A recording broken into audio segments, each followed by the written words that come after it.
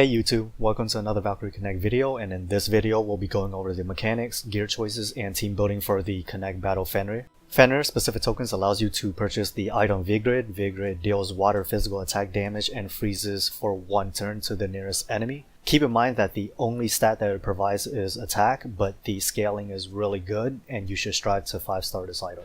As you progress through the difficulties of Fenrir, you'll notice that he's accompanied by one or two sets of crystals, the first set of crystal being the melee crystals and the second set of crystals being the range crystals.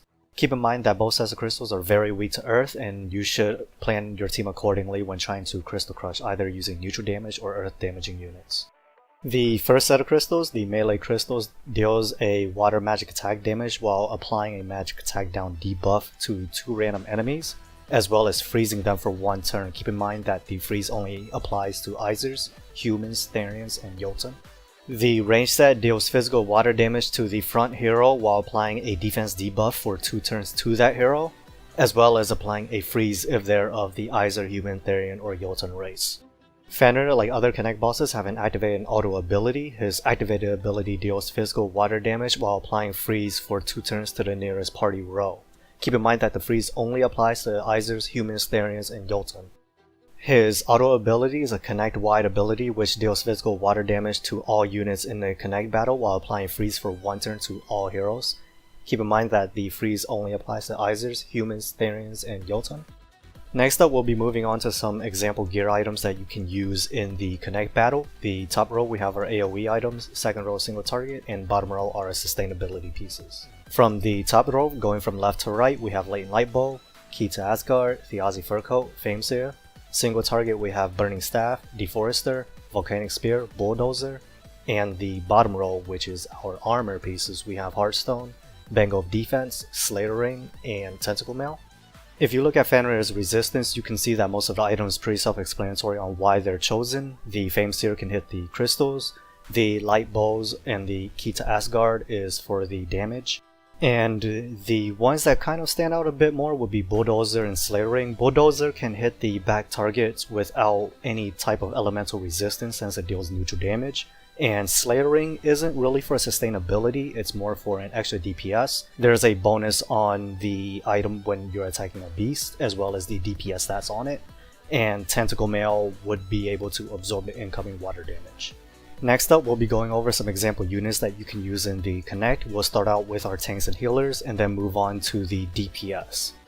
First up, we have our tanks. We have Luca and Fenrir. The reason for Luca isn't because she provides any immunity, because she doesn't. She still gets frozen, but her ability to protect herself, as well as any units that's 50% or less HP, is a huge advantage during this Connect, since Fenrir will be constantly freezing your units if they're not the right race. And the reason for Fenrir isn't because of any barriers he puts up, it's mainly because of his water resistance and his ability to resist the freeze as well. If you equipped him with the correct items, he can kind of be a DPS for you in the front lines. Next up, we have our healers. We have Balder and Erd. These two won't resist the freeze, but there is a huge advantage with Erd than Balder, and that is her animation on which she does her cast, and also that she buffs the entire team. Not to mention that if Balder gets interrupted with his heal, you'll have to wait for the gauge to go through, and even when he heals, the next few turns there won't be any heals going out anyways. Erd, on the other hand, she casts her heal way quicker, and also it persists through the turn, so even if your team gets frozen, they'll still be healed. Also keep in mind the 2 different limit bursts that they provide. Balder will provide an AoE heal to the entire Connect, while Erd provides a huge magic defense and defense buff to the entire Connect. I personally prefer Erd's just because it helps with your sustainability that much more, rather than just a heal that is pretty mediocre. Next up, we have our first set of DPS. We have Liesha, Niji, Saber, and Sleipnir. The reason for Liesha is because of her neutral damage and her ability to also hit the crystal as well.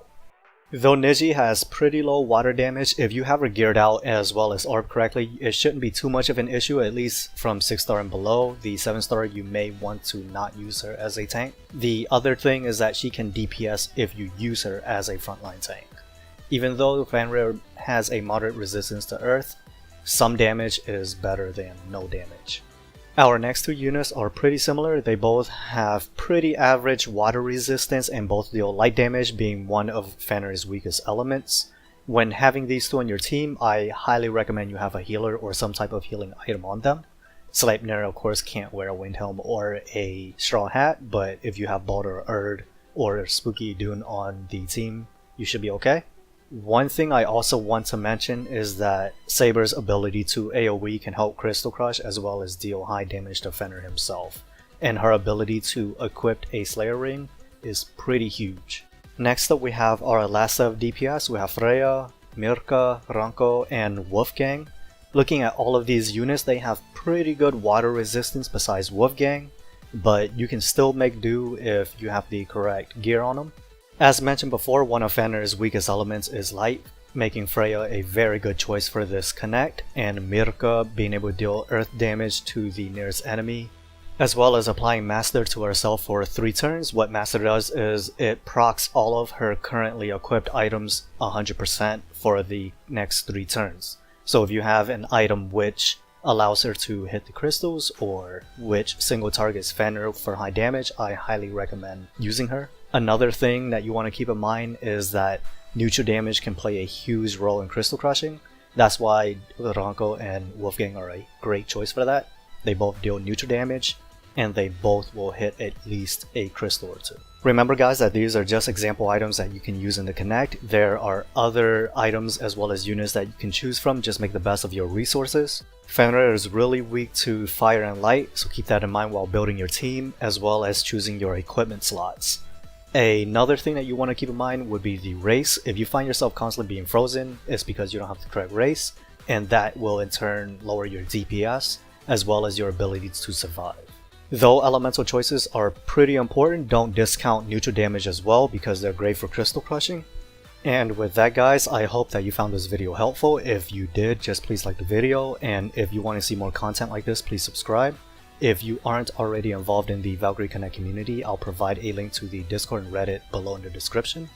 And if you want to see what I've been up to in the game as well as some Japanese client news, follow me on Twitter. And until next time guys, take care.